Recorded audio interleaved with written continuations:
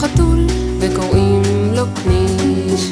הוא שלי והוא מרגיש כל מה שאני עוברת, ובינינו כל מילה מיותרת.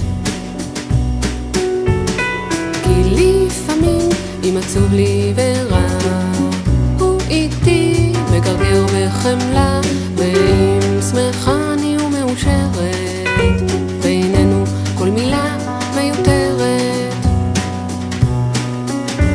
מסתכל במבט ירוק חולמני, כמו אומר לי, או ילדתי אהובתי הבוגרת, בינינו כל מילה מיותרת.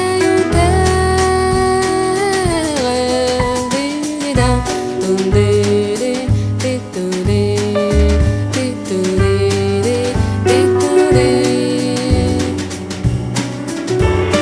קניש שלנו חתול מבוגר, ואמא אומרת שהיה פה מזמן, הרבה לפני שהיינו כאן בכלל, לפני מאיה וטל.